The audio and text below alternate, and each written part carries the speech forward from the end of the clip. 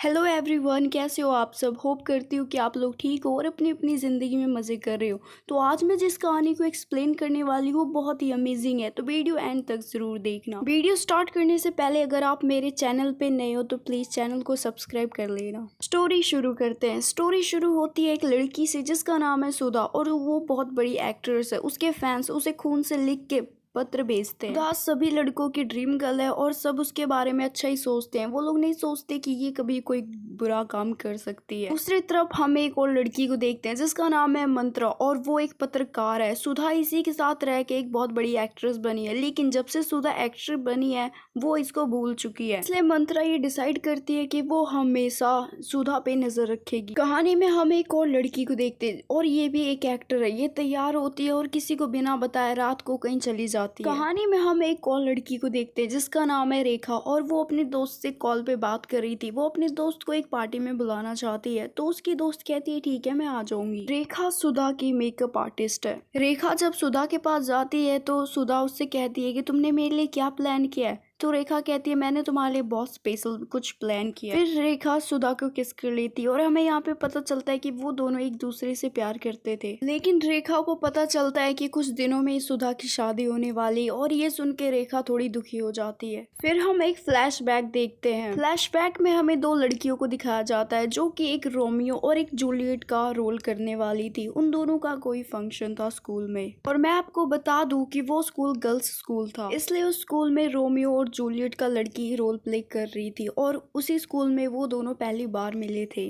फिर हमें प्रेजेंट का सीन दिखाया जाता है जहाँ पे रेखा ने पार्टी रखी थी और उस पार्टी में बहुत सारी लड़कियां आती है और उसमें वो मंत्रा भी आ जाती है जो कि एक पत्रकार है। उस पार्टी में वो सब ड्रिंक करते हैं। ड्रिंक करने के बाद रेखा सुधा के पास जाती है और कहती है कि जब तक तुम्हारी शादी नहीं होती क्या तुम मेरे साथ रह सकती है। रेखा की बात सुनकर सुधा हाँ कर देती है। फिर वो दोनों गले मिलते हैं। उस पार्टी में एक और लड़की आई थी जिसका नाम था मिनी और वो जब प्रतिभा के साथ डांस कर रही थी तो प्रतिभा उसके साथ डांस नहीं करती जिससे कि वो थोड़ा नाराज हो जाती है और बाथरूम में चली जाती है। फिर हम फ्लैशबैक का सीन देखते हैं। फ्लैशबैक में हम देखते हैं कि वो लोग जब पार्टी में आ रहे थे तो शिवानी मिनी के पास आई थी और मिनी शिवानी को पसंद करने लगी थी। जब वो दोनों पार्टी में आ रहे थे साइकिल से तो शिवानी पीछे बैठ गई थी और मिनी साइकिल चला रही थी और शिवानी ने मिनी का कमर पकड़ रखा था जो कि मिनी को बहुत अच्छा लग रहा था। जब वो दोनों जा रहे थे तो शिवानी कहती है कि जैसे सुधा एक बहुत बड़े बिजनेसमैन से शादी करी है वैसे मैं भी एक बहुत बड़े बिजनेसमैन से शादी करूंगी। कहानी में आगे जब शिवानी अपने बारे में मिनी को बता रही थी तो मिनी उसे गौर से देख रही थी क्योंकि मिनी अब शिवानी को पसंद करने लगी थी। फ्लैशबैक में हम प्रतिभा को भी देखते हैं जो कि एक लड़की के साथ इंटीमेट होने के बाद उसे कह रही थी कि अब तुम मेरे घर से जाओ। उस लड़की का नाम सीमा था। सीमा कहती है कि ये क्या बात हुई, तुम्हारा काम निकला तो जाओ। फिर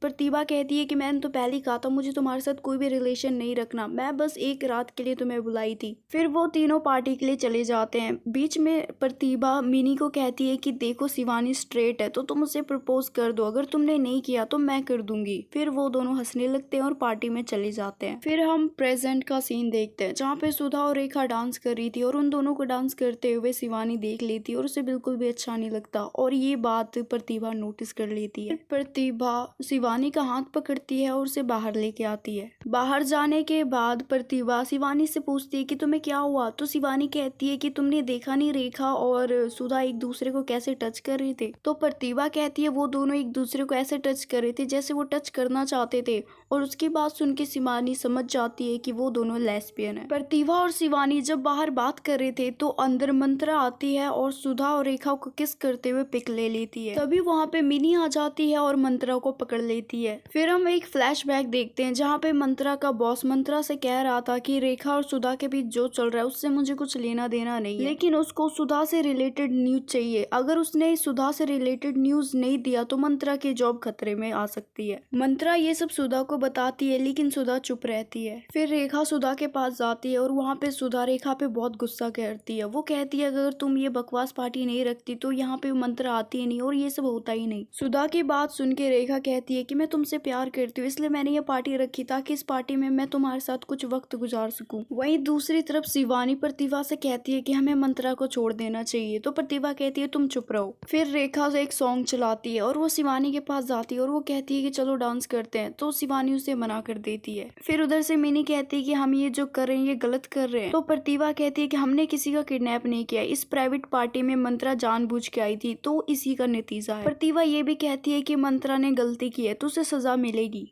फिर शिवानी रेखा को कहती है कि तुम्हारे और सुधा के बीच में जो चल रहा है वो बहुत ऑकवर्ड है और बहुत डिस्गस्टिंग है।